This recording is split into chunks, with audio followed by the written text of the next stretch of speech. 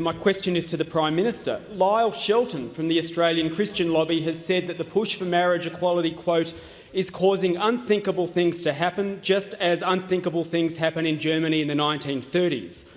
Is your hold on power really so slim that you'll spend over $7 million of taxpayers' money so bigots like these can spread their hate speech during a plebiscite, instead of letting MPs just get on with a free vote in Parliament? The member for Melbourne will resume his seat. The Leader of the House on a point of order. Mr Speaker, the Prime Minister is not responsible for the remarks of Lyle Shelton, and therefore that part of the question should be ruled out of order. Members on my left will cease interjecting. I'm going to hear from the Manager of Opposition Business. The question went to a specific decision of the government to spend money on the campaign, and that has to be in order. Just before I call the Prime Minister, there's no doubt the first part of the question wasn't in order. The second part went to a decision to expend funds on the plebiscite. The Prime Minister can address that aspect, and I caution the member for Melbourne on his language in the question. The Prime Minister has the call. Thank you, Mr Speaker. The decision to provide funding to yes and no committees is on all fours with the method that was used in the Republic referendum in 1999. It is a very well-established precedent, and I want to thank the Special Minister of State and the Attorney General for crafting a model, a design that reflects very, very closely the mechanism that was used in 1999 by the government to provide funding for both sides. And Mr Speaker, I note that during the Gillard government there was a proposal to have a referendum on the recognition of local government, and indeed the Labor government then proposed, I believe, $20 million of funding to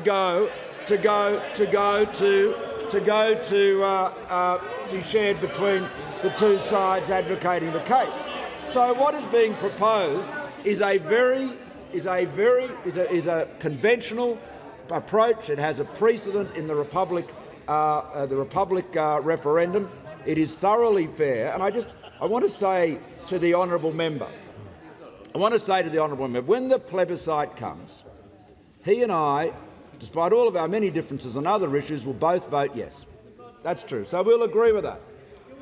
But I have to say to him, as somebody who would like the yes vote to be successful, he does his cause no service by insinuating that those who oppose same-sex marriage are homophobic or bigoted. The reality is, and picking out, and Mr Speaker, the honourable member knows very well that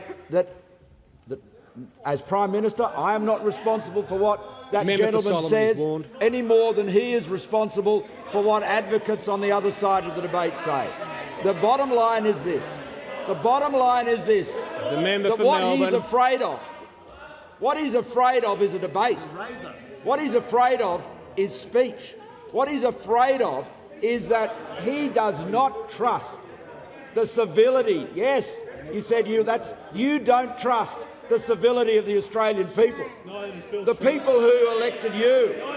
What the honourable member is saying is to the electors of Melbourne, he's saying, I don't trust you to have a respectful civil conversation.